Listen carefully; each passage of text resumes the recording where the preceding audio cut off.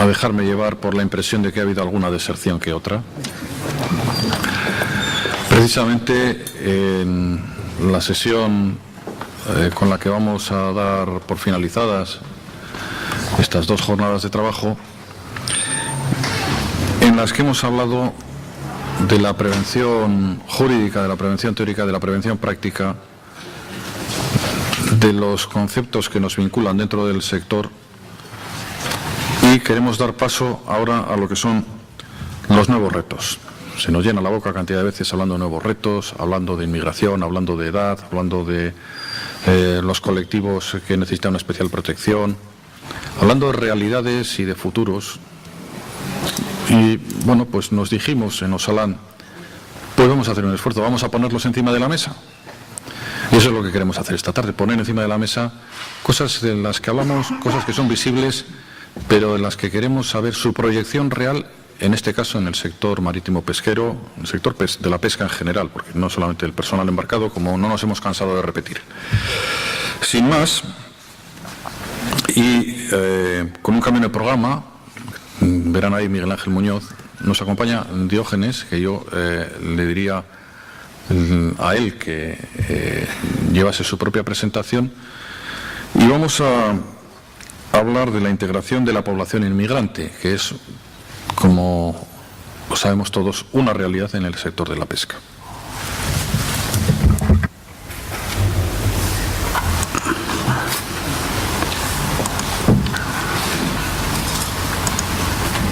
Bueno, hola Charleón, buenas tardes. Como ya ha indicado el moderador en la mesa o el presentador, yo no soy Miguel Ángel Muñoz, como tienen en su programa. Vengo en sustitución de él porque ha habido algún tema familiar al que se tiene que ocupar y bueno, espero poder responder a lo que se pide, ¿no? desde el programa. Miguel Ángel Muñoz es el director del Servicio Vasco de Integración y Convivencia Intercultural y yo soy el subdirector técnico. Mis funciones básicamente son en gran medida hacer de segundo de él, ¿no? y llevar un poco la coordinación técnica del equipo. Les explico esto porque tengo que situarles brevemente. Sé que tenemos creo que 20 minutos para la intervención. Es un servicio adscrito al Departamento de Empleo y Políticas Sociales, a la Dirección de Política Familiar y Desarrollo Comunitario, y nosotros tenemos la encomienda de trabajar todo lo que es la gestión de la diversidad y la convivencia desde la diversidad cultural.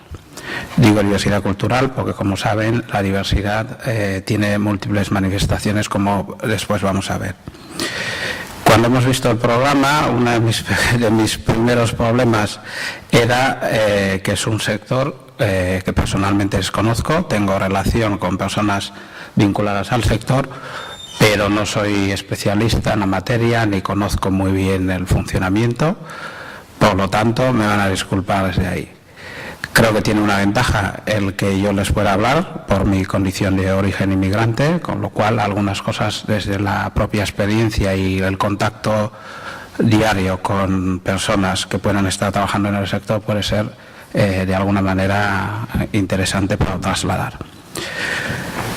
Desde ese sentido, a nosotros nos pedían hablar de la integración de la población inmigrante. Claro, como he dicho, no tengo un perfil que se asocie a esto, especialmente porque yo tengo formación en formación jurídica. Yo soy abogado y mi trabajo con el sector que haya podido tener vinculación con el sector pesquero es sobre todo en cuanto a temas de contratación en origen, a temas de irregularidad sobrevenida, de documentación sobre la gente que luego empleáis, ¿no? en el sector. Uno de los problemas que tiene hablar de integración es que es tan amplio hablar de integración de personas inmigrantes que en 20 minutos bueno, podríamos estar prácticamente un día hablando de ello, ¿no? Y no habríamos acabado, entre otras cosas por las dificultades que tiene la definición del propio concepto.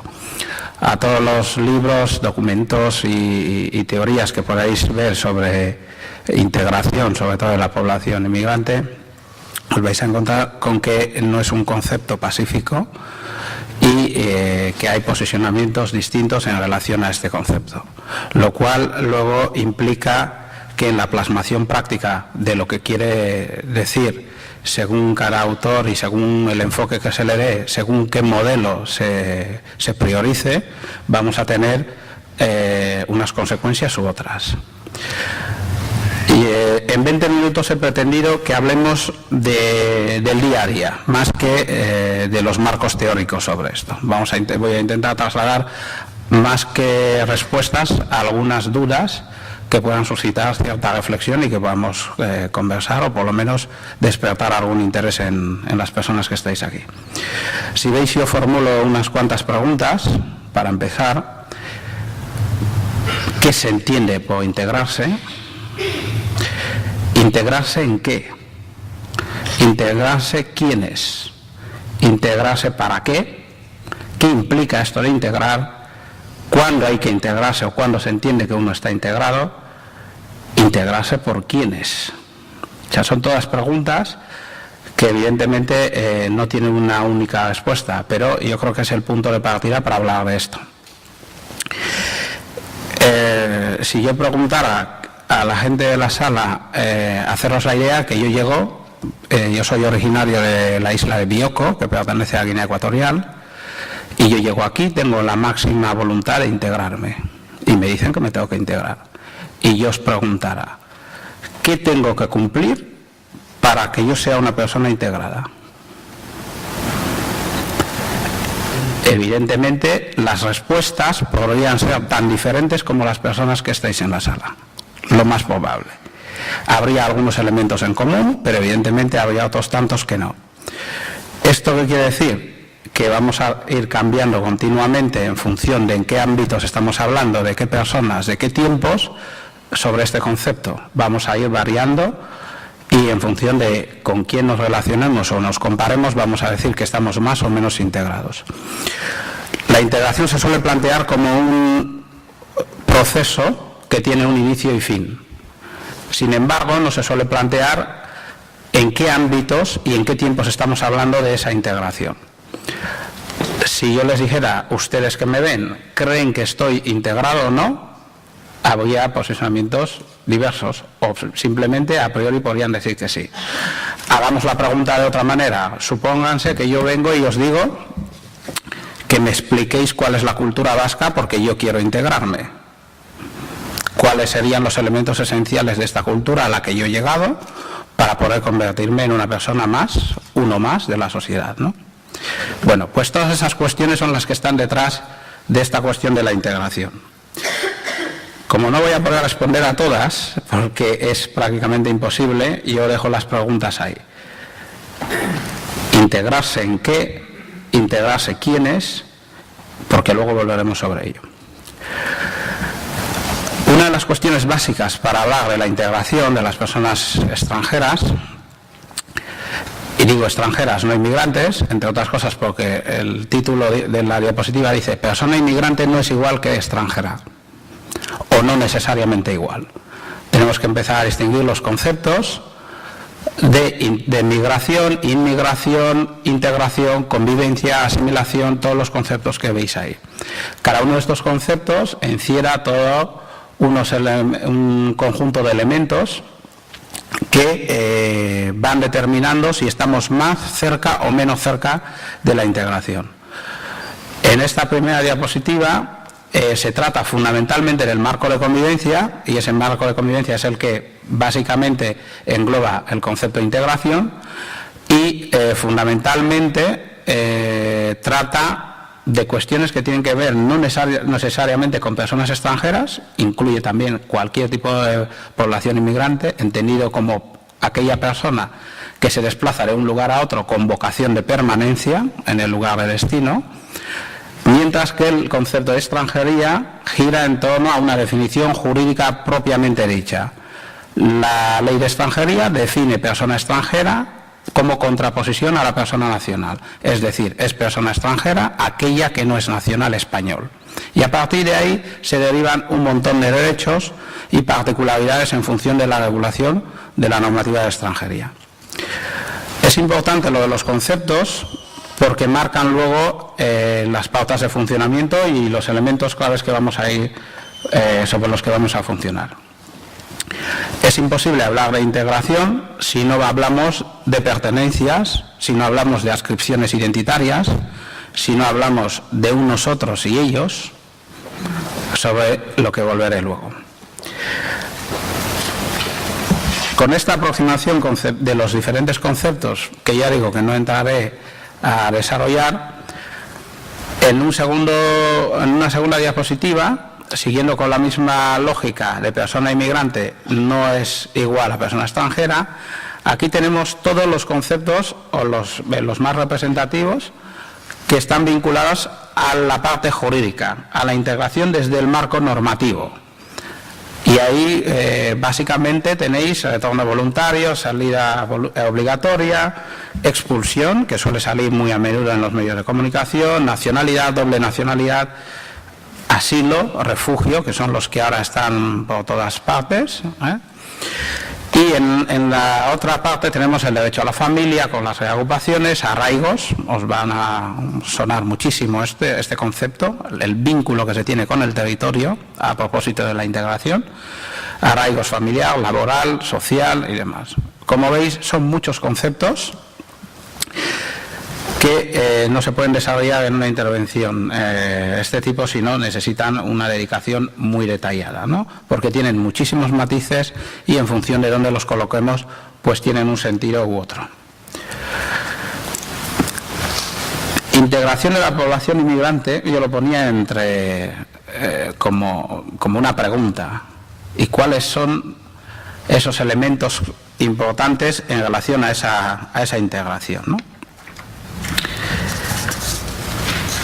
Fundamentalmente, pretendía hablar de una integración laboral versus situación documental. Entre otras cosas, como veremos, no es posible una integración plena si no hay una integración laboral. Es elemento clave para poder entender que una persona está integrada. Tenemos una integración sociocultural, tenemos yo he apuntado a la familia como elemento que da una estabilidad emocional y de la integración y que facilita la integración. Y luego, en un segundo término, abordaremos alguna cuestión en relación a la comunicación, porque hemos visto que todo el programa gira en torno a la prevención de riesgos, ¿no? Evidentemente, para prevenir hay que estar bien informados. Para estar bien informados hay que entender. Y si yo no entiendo lo que se me transmite, difícilmente puedo aplicarlo.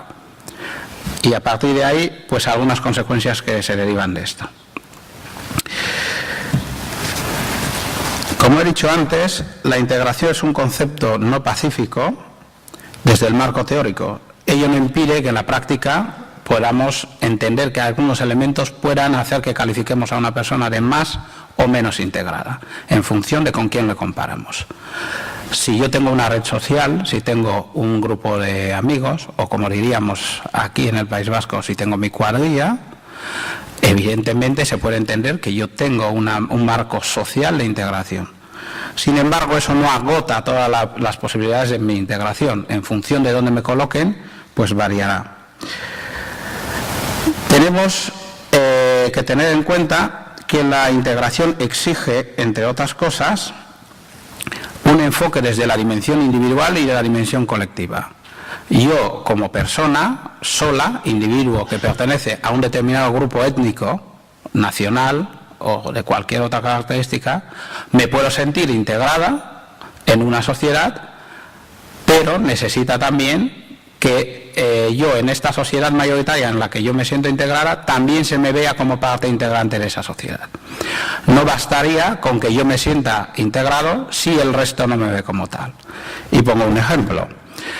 Yo puedo sentirme, yo llevo 16 años, 17 años viviendo en Durango, y yo voy por la calle y yo me puedo sentir plenamente integrado, pero puedo encontrarme con algunas personas que me vean como parte de la población de Durango, como uno más, y otras personas que no. Suponeros que vosotros me veis con una persona circulando por la calle, una persona que viene de Burgos y lleva empadronado en el municipio pues 5 años y yo llevo 17. ¿Quién se diría que está más integrado en esa sociedad. Si a alguien le preguntaran quién es de Durango y quién no es de Durango, ¿a quién señalaría? Digo por el rasgo fenotípico, ¿no? El aspecto externo que yo tengo puede conducir a que se entienda que yo soy parte de la sociedad o que no lo soy.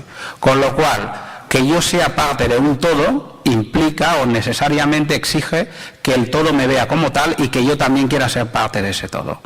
Necesita, por tanto, de la bidireccionalidad. Esta dimensión, desde el punto de vista colectivo, implica que no solo respecto de la sociedad a la que yo he llegado me van a exigir determinadas cuestiones, sino que el grupo al que se supone que yo pertenezco, digo se supone porque se entiende que yo tengo que tener la libertad como para elegir mis adscripciones identitarias, no deberían venir impuestas ni siquiera por el grupo de origen, también habrá elementos que cuestionen de dónde soy. Por lo tanto, a veces la sociedad mayoritaria a la que yo llego me va a considerar parte suya, pero también la sociedad de la que yo provengo, ese grupo minoritario, sobre todo en destino, me va a cuestionar múltiples actitudes que yo pueda tener en cuanto a si sigo siendo parte del grupo o no. Lo que implica que voy a tener unas tensiones continuas entre la adaptación al entorno al que yo llego y el entorno de donde vengo. Sobre esto podríamos hablar largo y tendido para que entendierais el tema de las presiones internas que puede haber intragrupales. Pero sí es importante tener en cuenta que esta integración que yo voy a tener, de la que estamos hablando, tiene necesariamente una vinculación con la gestión de la diversidad. Gestión de la diversidad que exige un modelo y tiene unos principios. Aquí yo ponía el principio de la diferencia, que exige que yo tenga derecho a mantener algunos aspectos de mi identidad de origen, incluso viviendo en la sociedad de destino. El principio de igualdad, que implicaría que en el marco de los derechos tengo que ser exactamente igual. El principio de igualdad combinado con el principio de la diferencia, lo que nos va a suponer es que en ningún caso puedo agarrarme solo a la diferencia para evitar ser uno más en la sociedad. Con lo cual, poniendo un ejemplo extremo, yo no podría defender, en base al principio de la diferencia y el mantenimiento de mi identidad, aquellos aspectos que chocan directamente con derechos fundamentales. Por ejemplo, una mutilación genital femenina. ¿Por qué? Porque mi diferencia atentaría con norma básica del destino al que yo llego. Sin embargo, esta diferencia no puede omitirse, no puede no entender que existe. Pero tratar en excesivo la diferencia implicaría, entre otras cosas, romper con el principio de normalización. ¿Qué quiero decir con esto? Si estamos tratando de mantener un sistema igualitario para todo el mundo, que todo el mundo conozca las normas de prevención, que todo el mundo las aplique, tiene que haber un punto de conexión mínimo en el que todo el mundo está sometido a las mismas reglas. Eso no quiere decir que yo no atienda a la especificidad de algunas dificultades idiomáticas que puedan tener algunos de mis trabajadores a la hora de entender la norma y los códigos que marcan su nivel de entendimiento de lo que yo le estoy trasladando. O sea, hay que hacer un equilibrio entre el mantenimiento de lo específico dentro de un marco normalizado de relaciones. ¿Por qué? Porque podemos tender a homogeneizar a todo el mundo o a igualar a todo el mundo, o podemos exagerar la diferencia. Esto quiere decir que algunos patrones de funcionamiento pueden hacer que algunos grupos se agarren siempre a su diferencia como excusa para no hacer el cambio. Y que en otras ocasiones algunos grupos mayoritarios impongan únicamente su criterio y visión de la situación, con lo cual lo que producirían en el grupo minoritario es lo que se llama el reforzamiento identitario. Yo, incluso en lo que no creo, en el momento que sienta que me atacan en un elemento identitario importante, lo que hace es radicalizarme más. He puesto dos conceptos, el concepto de coexistencia y el de convivencia, porque todo esto lo decimos porque se supone que con la integración lo que se pretende es que lleguemos a una convivencia. Por lo tanto, a día de hoy, ¿podemos decir que estamos en un marco de convivencia? en nuestras empresas, en nuestros lugares de trabajo. En el mío entiendo que todavía no. En un marco de convivencia tiene que haber una interacción, tiene que haber una comunicación, tiene que haber una voluntad de comunicación y de cambio continuo, autocrítica y otros muchos elementos. Sin embargo, en un estado de coexistencia, que algunos autores llaman de coexistencia pacífica pero distante, todo el mundo, los trabajadores que tenemos y trabajadoras, se relacionarán con unos códigos para entenderse y funcionar, sin embargo no van a ir más allá. Con lo cual, cada uno sigue manteniendo lo suyo, potenciando el marco de diferencia y sin aterrizar en una interacción mutua. Por lo tanto, si estamos en un marco de coexistencia, lo que podemos tener, en el momento que haya un choque, lo que va a producir es un rápido ascenso a la hostilidad. Los tres elementos son coexistencia, convivencia y hostilidad. En un marco en el que no haya interacción, el paso de la coexistencia a la hostilidad es relativamente fácil.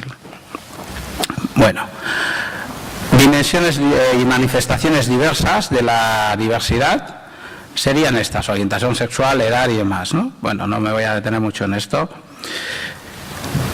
Quería destacar algunas cuestiones, entre ellas el que no hay integración sin gestión de la diversidad.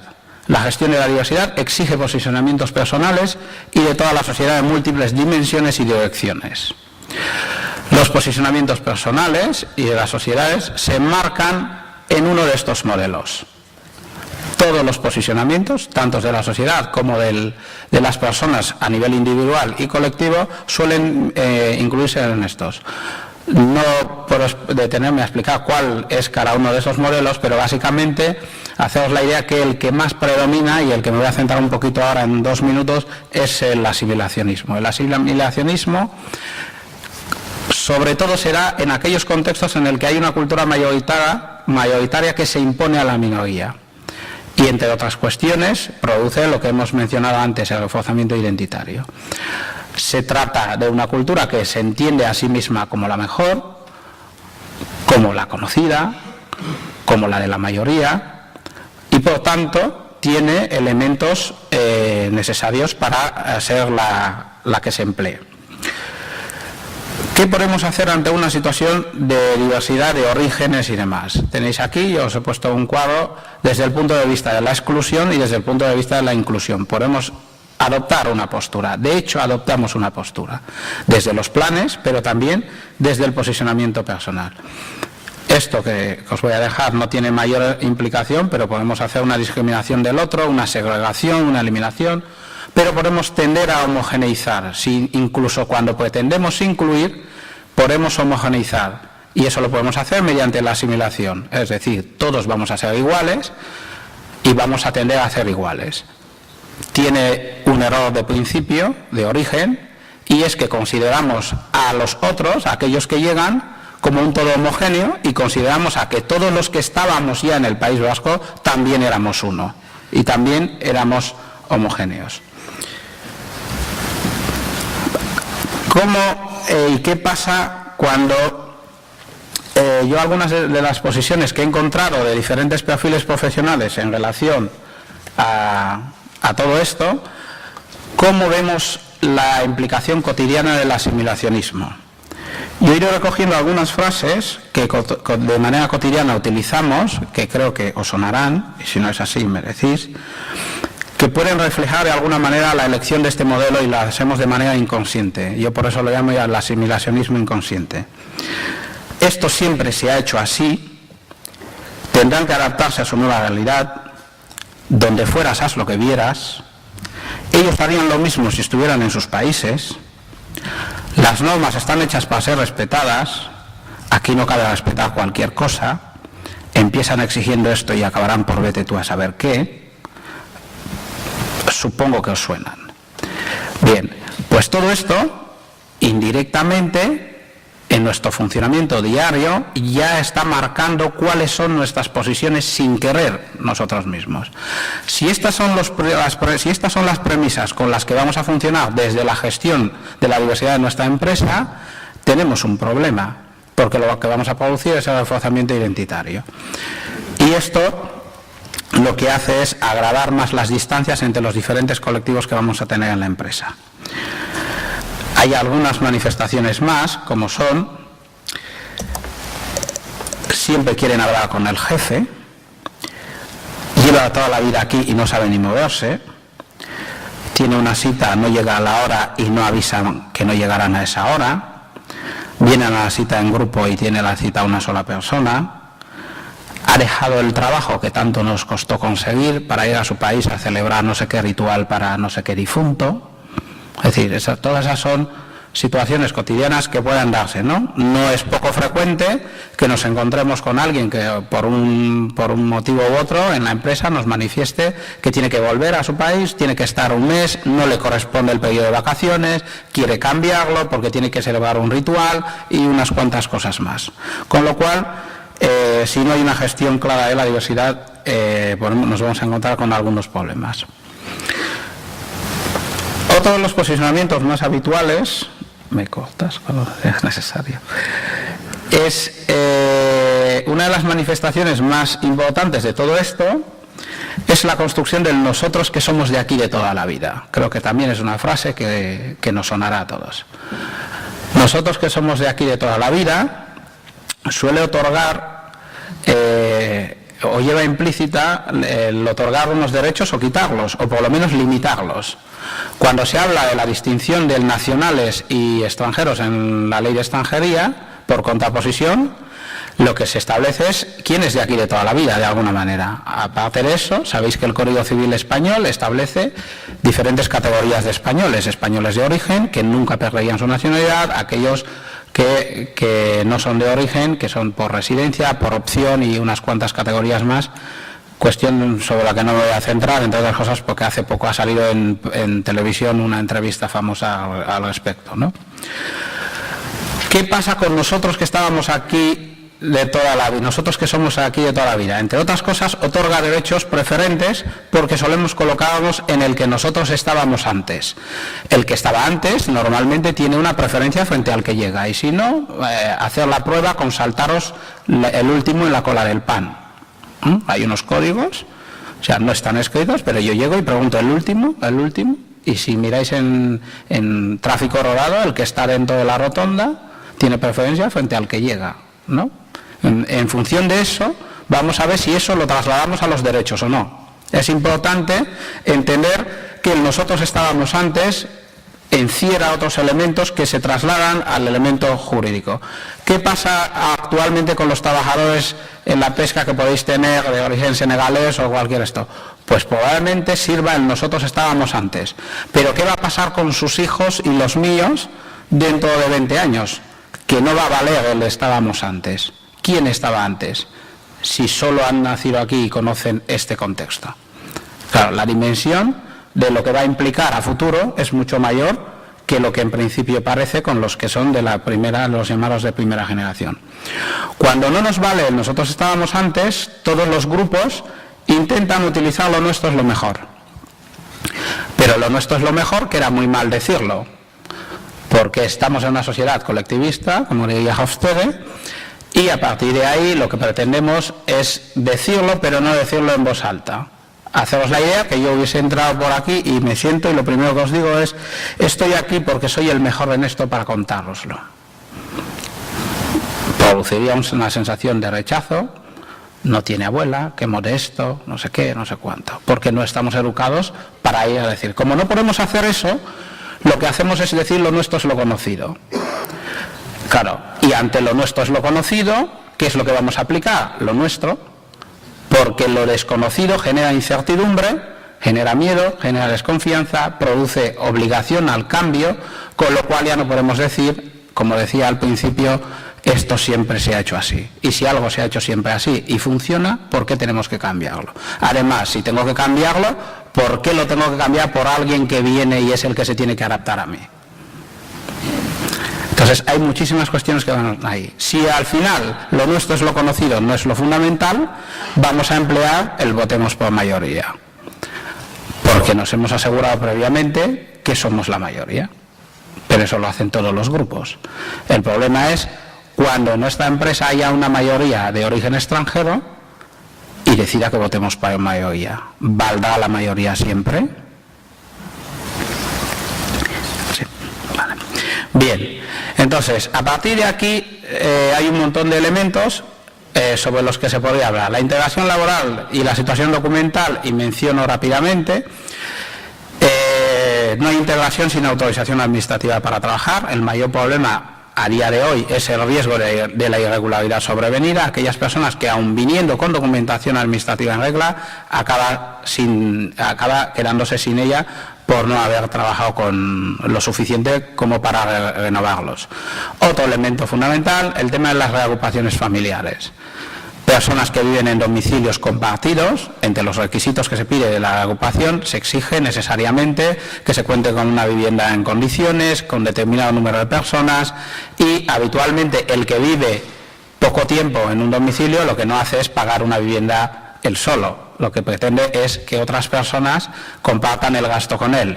Eso impide y retrasa la reagrupación, y con todo lo que conlleva el tema de la relación familiar y con el entorno, ¿no? Podríamos sacar muchos elementos en relación a esto, pero me dicen que no tengo tiempo. Y voy a mencionar 4 cosas en relación a los códigos culturales y el lenguaje, ¿no? Hablar el mismo idioma no implica entendernos correctamente. Los códigos culturales de comprensión determinan la respuesta adecuada. Por lo tanto, en esa comunicación tendremos lo que yo quiero decir, lo que creo que le digo, lo que realmente le digo, lo que realmente entiende, y todo lo que yo voy mencionando aquí. Los que son de periodismo de esta ya saben bastante, ¿no? ¿Cómo se manifiesta esto? Tenemos algunas pautas, y termino, que tienen que ver con todas estas cuestiones, ¿no?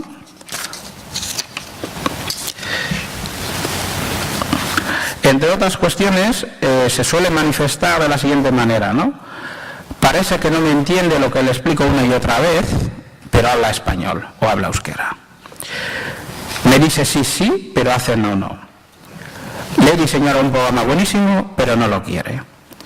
Le he encontrado un trabajo estupendo con una empresa de respetar y agradable de toda la vida y no lo quiere. Cuando nos encontramos ante estas situaciones, evidentemente tenemos un problema serio de que no nos estamos entendiendo. Ahora, lo que le sugiero es, en este me dice sí, sí y hace no, no, trasladémoslo al ámbito de la seguridad laboral. O simplemente le explico una y otra vez lo mismo y, sin embargo, parece que no habla el idioma y me está volviendo a preguntar, o por lo menos su actuación no es acorde con lo que le estoy explicando. Tenía unas cuantas diapositivas relacionadas de por qué gestionar la diversidad, qué implica para la empresa, qué mayor eficacia le puede suponer a medio o largo plazo, pero bueno, yo lo dejo aquí y si hay alguna cuestión, a preguntar.